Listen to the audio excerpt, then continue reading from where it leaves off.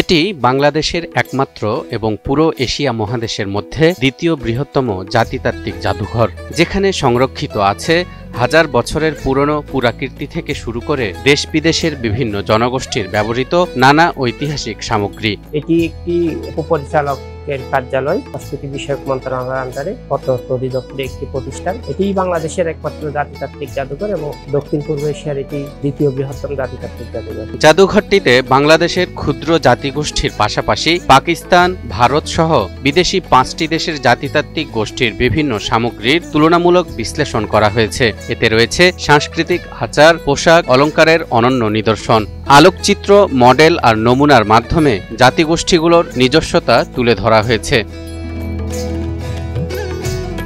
পার্বত্য চট্টগ্রাম অঞ্চলের চাকমা, মারমা, ত্রিপুরা, মুরং, বম, খিয়াং, খুমি, চাক, রাখাইন, পাংখোয়া, সিলেট অঞ্চলের খাসিয়া, মণিপুরী, পাঙ্গন, পাত্র, ময়মনসিংহ অঞ্চলের গারো, হাজং, দালু, মান্দাই, কোচ, রাজশাহী, দিনাজপুর অঞ্চলের সাঁওতাল, ওরাও, রাজবংশী, পলিয়া এবং যশোর, ঝিনাইদহ অঞ্চলের বুনো বা বোনা, বাগদি, এমনি করে দেশের সবগুলো ক্ষুদ্র নৃগোষ্ঠীর পরিচয় তুলে ধরা হয়েছে এই বিশেষ জাদুঘরে।